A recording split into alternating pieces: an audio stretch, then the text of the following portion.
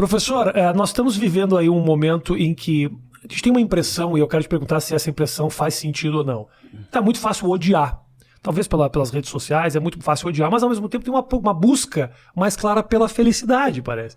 O ódio, do qual tanto se fala, né, é um afeto ruim de sentir. Vamos ver se a gente está de acordo, porque às vezes não, né? O ódio é um tipo de tristeza. O ódio como diz Spinoza, é uma paixão triste, né?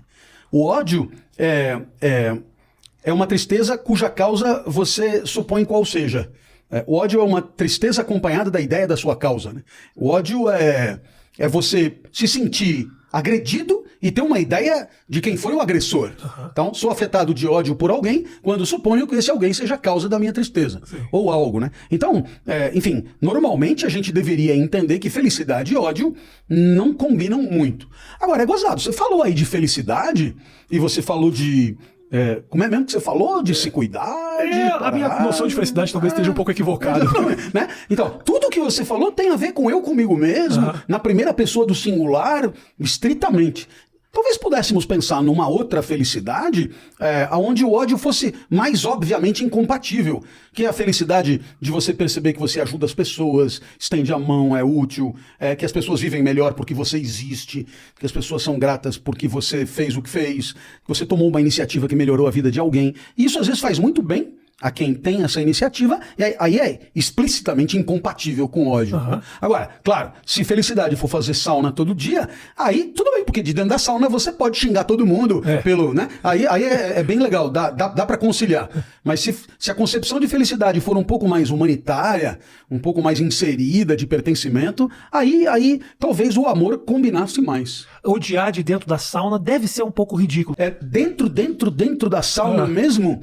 Acho que não, porque se bobear, o celular ia padecer, né? Mas o pessoal sai ali, fica naquela zona mista de nudez compartilhada, e aí, dependendo de quem passa pela frente, a inveja aumenta, e aí você resolve canalizar sua raiva pra cima de alguém, e já tá o celular na mão já manda ver. Manda ver, lógico, claro.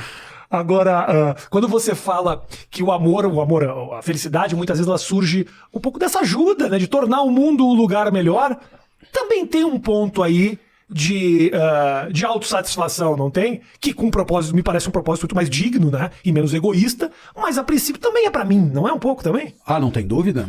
Fazer o bem também é bom pra mim, né? E não há nenhum problema nisso, né? Quer dizer, no final das contas, a gente, por exemplo, passei 30 anos na universidade. 30 anos me esforçando para ver se meus alunos conseguiam pensar um pouco melhor por minha causa. Às vezes acho até que consegui. Então, tudo bem, termina nele. É um gesto assim, onde você contribui com a vida do outro e tal. Mas claro, eu tenho que me sentir bem com isso, eu tenho que voltar para casa com a sensação de dever cumprido, eu tenho que olhar no espelho e conferir à minha vida alguma dignidade. Sim. E tudo isso tem a ver com um entendimento sobre si mesmo, né? Não tem como viver só pelo outro. Quer dizer, suponho até que sim, mas são pessoas altamente espiritualizadas, num padrão de espiritualidade que é completamente excepcional. Pessoas assim, arroz com feijão, como eu, né? São pessoas que, tudo bem, elas gostam de colaborar, de contribuir, de participar da melhor maneira possível para poder voltar para casa e dizer, caramba, posso me orgulhar do que fiz, né? Não sou tão desprezível assim. E isso já é bem legal. Ou sou menos desprezível, é o que eu sinto. Quando eu faço bem, eu sinto. Diminui um pouco na escala do desprezo. Pois é. Eu tô um pouquinho melhor. Não, claro, lógico. E é impressionante como é possível, com pequenas iniciativas, resolver grandes problemas, né? E eu penso que no caso do professor, ele ao agir, muitas vezes ele não tem noção, né, do quanto ele pode contribuir com a lucidez, né, capacidade de discernimento, de entendimento do mundo, que diariamente ele contribui a forjar no aluno. Eu acho que muitas vezes o professor, por conta de integrar, no nosso caso, uma sociedade que o despreza, né, ele acaba se convencendo de que todo mundo tem razão, né? E de que, de fato, ele, com ele ou sem ele, é indiferente. Mas não é verdade. De novo ele erra, né? Ele erra porque é bem possível, mesmo num cenário de fragilidade institucional, onde a escola está devastada, sucateada, a universidade muitas vezes desprezada pela sociedade, pelas autoridades, etc. Mesmo num cenário assim, numa simples aula com alunos na sua frente, é possível ter momentos de excelência que podem ajudar enormemente, né? Nossa, putz, o camarada, sei lá, 30 anos depois, o cara... Porra, você me falou de Hannah Arendt em 89 e por causa disso eu me tornei um leitor de Hannah Arendt. Você não sabe se pede desculpas ou se, né? Pô, eu não lembro, mas se você está dizendo, é bem legal. Então acho que ao mesmo tempo que é uma responsabilidade imensa, há também uma possibilidade, assim, de produzir efeitos muito, muito positivos. Você tem esses casos mesmo de pessoas que chegaram para você anos e anos depois? Muitos, lembra algum marcante que falaram, minha vida mudou por causa disso? Tenho. É importante porque valoriza muito o trabalho do professor, eu acho importantíssimo isso. Nossa, para facilitar, digamos aí, eu sempre dei aula em escola de comunicação, né?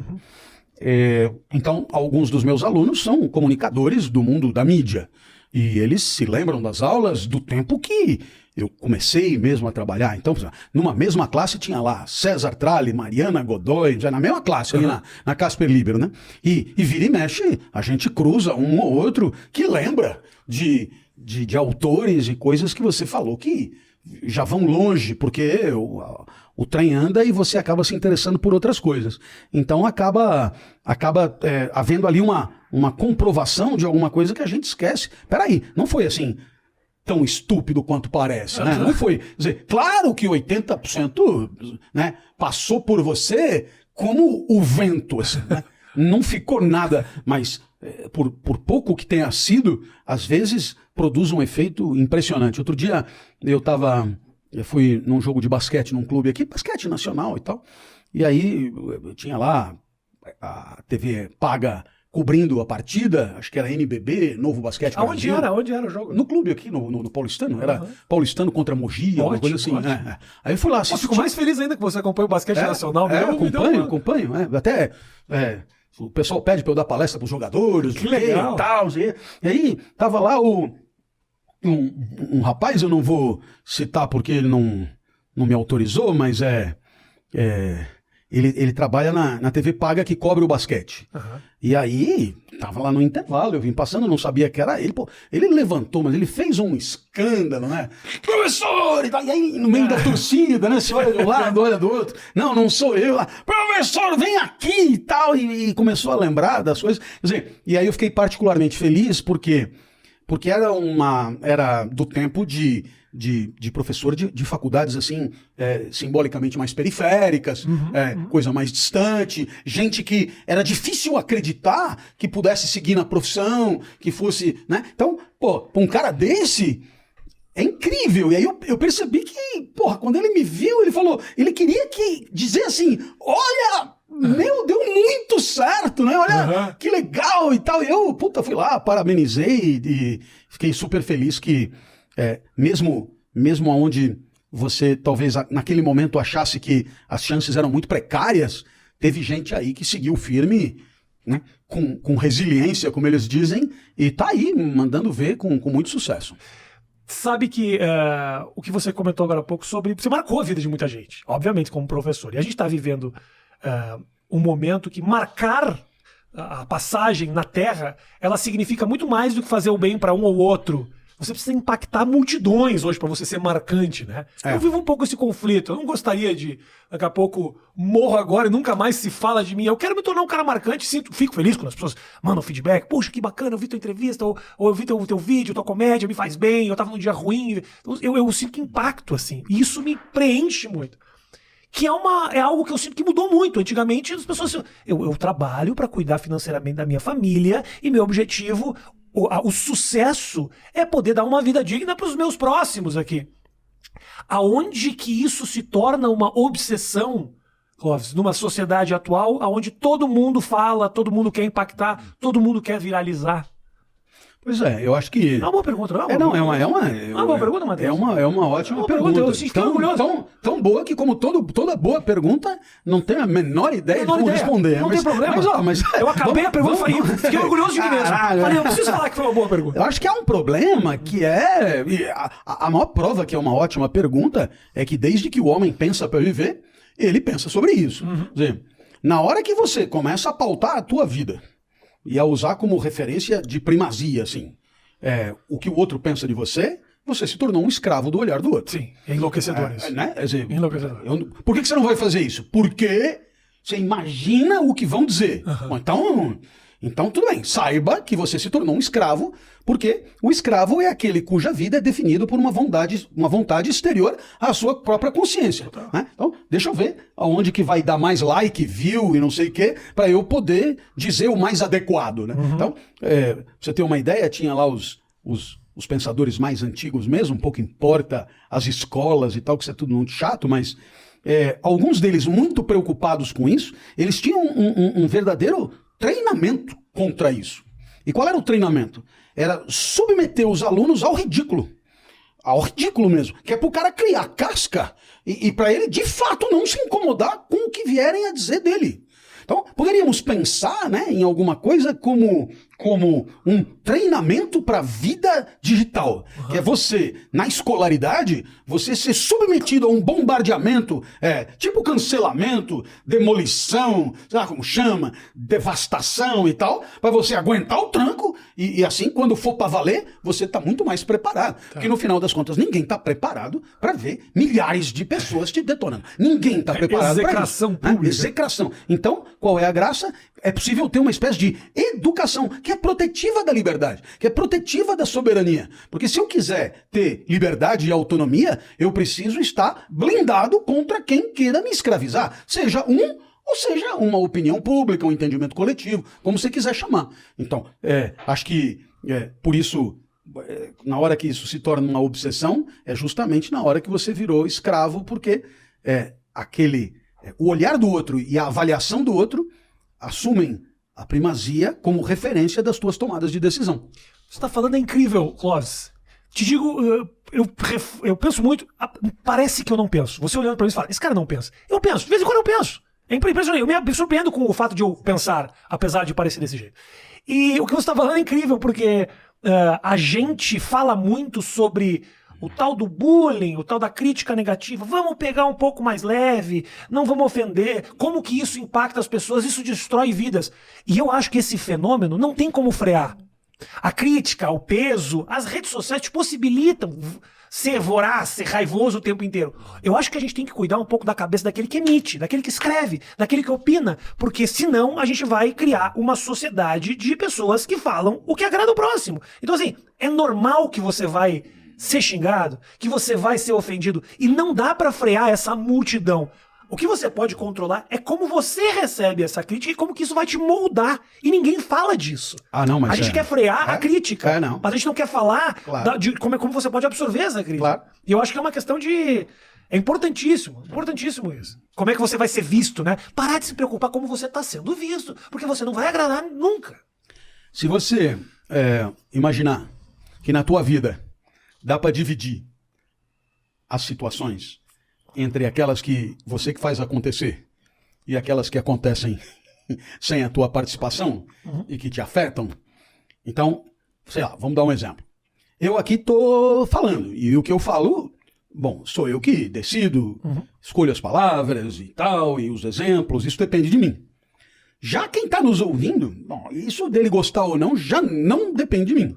Porque depende de expectativas, por exemplo, que eu não posso controlar. Depende de trajetória, depende de repertório, depende dos professores que teve, depende do que já ouviu falar a meu respeito, depende de um monte de coisas que eu não tenho como controlar. Razão pela qual, uma sabedoria óbvia é você gastar todas as fichas com o que depende de você. No caso, aquilo que eu estou falando, a produção do discurso. E não gastar nenhuma ficha com aquilo que você não vai poder controlar nunca. No caso, o que vão dizer, pensar ou sentir a partir da tua palavra. Ora, dito isso, eu insisto, né, na questão da formação para a vida em sociedade. Né? Afinal de contas, se não for para formar cidadão, a gente não entende muito bem o que a gente vai fazer na escola, no final das contas. Tem registro nos livros de filosofia de pessoas que foram submetidas a treinamentos assim, de você sair pela rua arrastando um peixe morto. E aí, bom, Isso é entendido como uma coisa ridícula de uma pessoa imbecil. E aí, então começa a juntar gente para falar, ô idiota, ô não é. Isso é de propósito, né? Para você estar acostumado a ser achincalhado, porque quando você se acostuma a ser achincalhado, isso passa a não te afetar mais tanto, dando a você a liberdade de que você precisa para poder ser autêntico. Liberdade, né? Liberdade. A autenticidade nasce da liberdade. Quer dizer, se você entender a autenticidade como sendo uma espécie de transparência muito particular entre o dentro e o fora, entre o que acontece dentro de você, basicamente sensações e pensamentos, e o que acontece fora de você, basicamente manifestações, gestos e discursos. Então, a autenticidade é você manifestar e dizer o que você pensa e sente. Ora, o que seria o contrário disso? A hipocrisia. E o que é a hipocrisia? Esse desalinhamento crônico entre o que você pensa e sente e o que você diz que pensa e sente. Aí o cara levanta a mão, mas, e por que você não diz o que pensa e sente? Porque não sou dono do meu nariz? Porque sou escravo? Porque estou impactando? Porque tenho medo de ser achincalhado? Em suma, porque tudo na minha vida é uma estratégia? Ou para me ferrar o menos possível, ou quem sabe até para ganhar um aplauso ou outro. Então, pouco importa o eu. O eu que sente, o eu que pensa, importa mais os resultados a alcançar. Então você tem uma vida estratégica mesmo, que é uma vida hipócrita. Perfeito, perfeito.